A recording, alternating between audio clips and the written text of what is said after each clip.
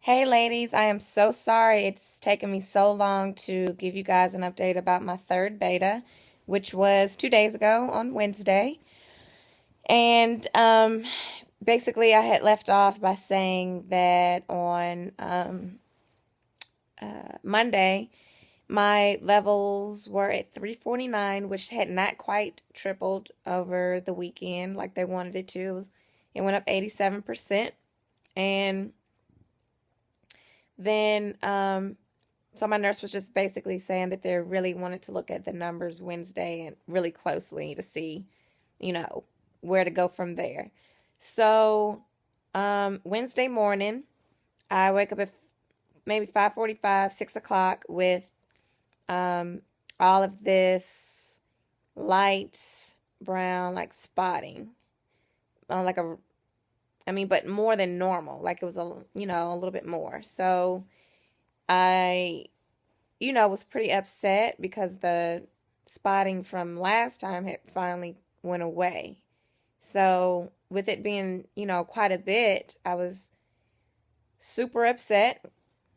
Tried to go back to sleep. My husband tried to get me to calm down, and I just couldn't help myself. I, was just obsessive about it and was crying. Could not stop crying, just really was down. And I called my doctor's office when they opened up at 8 and left a message on on the nurse's line for my nurse to call me back. Well, my beta wasn't until 11 o'clock. So during that whole time, I'm getting ready. I had to go to work at 12, so I'm getting ready for work, crying the whole time. On my way there, I had finally stopped crying on my way to get my beta, and then my nurse calls me on the way and asked me what was going on. Started crying again, and she was just kind of thrown off by it, and she was like, trying to get me to calm down, told me not to be upset, and we don't know what's going on, that we just need to, wait to see what the beta is, and, not to get all worked up.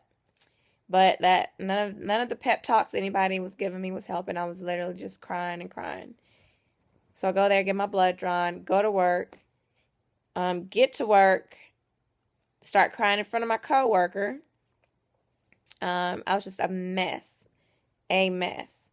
Um, and then my nurse calls back a couple hours later and basically was like, she almost ripped those results out of the tech's hand because she was basically kind of worried because I was so upset. And she was like, well, your beta numbers were 1,069.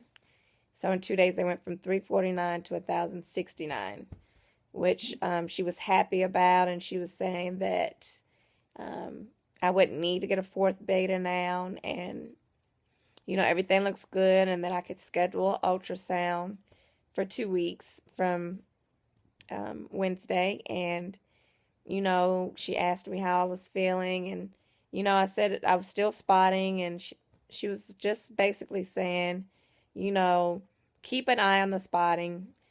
I am on the Lovenox, which is a blood thinner. Some of the extra spotting could be from that. She just told me not to be so alarmed when I do see the spotting. Now, if I'm getting like a whole lot of cramping and the spotting is, a lot and I'm getting cramping, or if it's a lot more red, then I might need to be a little bit more alarmed. But, it's still hard to deal with. I want to be able to enjoy this, pregnancy, but if I have to worry every day, well, I wouldn't even say worry, but if I have to, see this, spotting, it's, you're human, you can't help it. And, so the spotting did start letting up, and by Thursday, which was yesterday, had, pretty much stopped. And this morning it was barely there at all. And then midday today it came back, a little bit heavier.